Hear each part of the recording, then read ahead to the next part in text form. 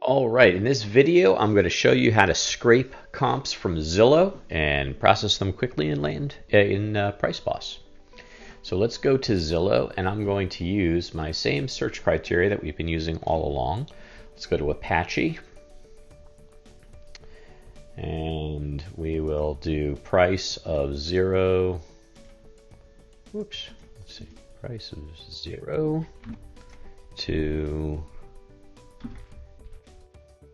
50,000. Make sure that we're just doing lots and land.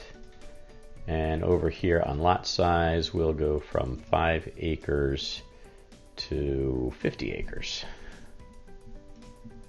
All right, and in the new Zillow, you have to do one at a time, solds or for sale. So let's do solds first. So I'm going to say done. And let me show you a quick trick in Zillow. Sometimes you may just want to go after a cluster here and just do a smaller amount. So you can remove the boundary here, and then you can just draw a circle here, say around Snowflake and Taylor. And then we're going to put it in here and say apply. And boom, it's just going to give us that area. So you can get very refined in where you look for properties and what you bring into Price Boss. If you bring in a much more refined area into Price Boss, it's going to give you more refined results. Okay, I'm going to remove that and go back over here to Apache.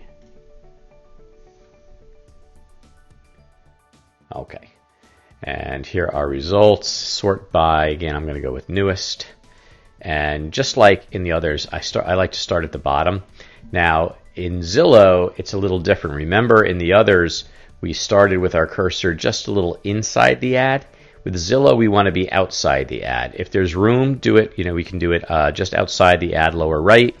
Or if there's no room here between the ad and the scroll bar, you could actually do it slightly below the blue line. So let's just go slightly below the blue line. I'm going to depress the left button of my mouse and just scroll up.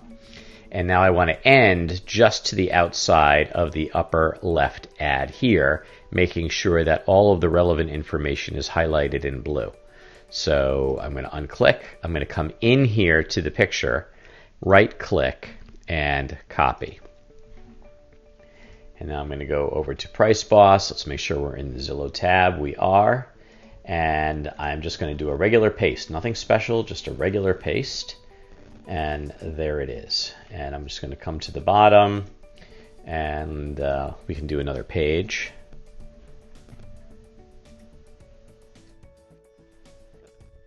And just start here, just below the ad, and end up just to the right of the ad. And we'll copy. Make sure this is a blank cell right here, and I'm going to paste it. Now with Zillow, we are able to capture information that indicates whether it's sold or for sale. So we can do this all in one step. So what I'm going to do now is I'm just going to change it over here to for sale. I typically only do the by owner. I find that agents really jack their prices up and skew the results. So I'm going to do for sale by owner. And there's only 18 results here, so I'm going to go ahead and grab all of them. And I will copy it, go to Price Boss, and paste it.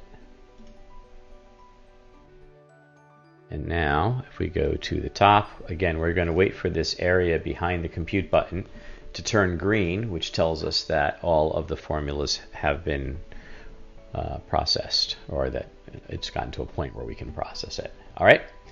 Another thing you could potentially wait for is for these numbers to fill in. I want to point out this little box because this is unique to Zillow.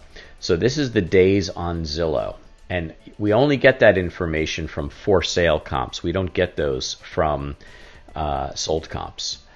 So we only pulled in one page worth of for sale comps. And what it's going to do is it's going to tell you the lowest number, which would be maybe today, which would be a 0, and the highest number, which would be the property that has been on Zillow the longest, that would give you the number right here. And then one of these is going to be the median. This is going to be the median. And this one's going to be the average. This is useful if you want to compare counties. This is good for county research. So you can pull information from, say, different counties within a state. And I use the median. I think it's the most reliable number. And when I look at the comps, the one that has the lower median days on Zillow, it means that the properties are moving faster in that county, which is a good thing. So you're able to buy and sell properties faster. All right, I'm going to go ahead and click. There it goes. It just updated this. So it says median equals 30, average equals 40. And now I'm going to go ahead and click the compute button. And it's going to start populating everything. So you'll notice that compared to the Price Boss, the original Price Boss, it's faster and it's way more accurate the way it converts all this information into records. And again, it's giving us some contextual help. Same thing. The sub-county field comes pre-populated with zip codes. If you prefer, copy the towns into this column or use other data from your county research. So all the information is now here, and it's going to copy or to populate the address here momentarily.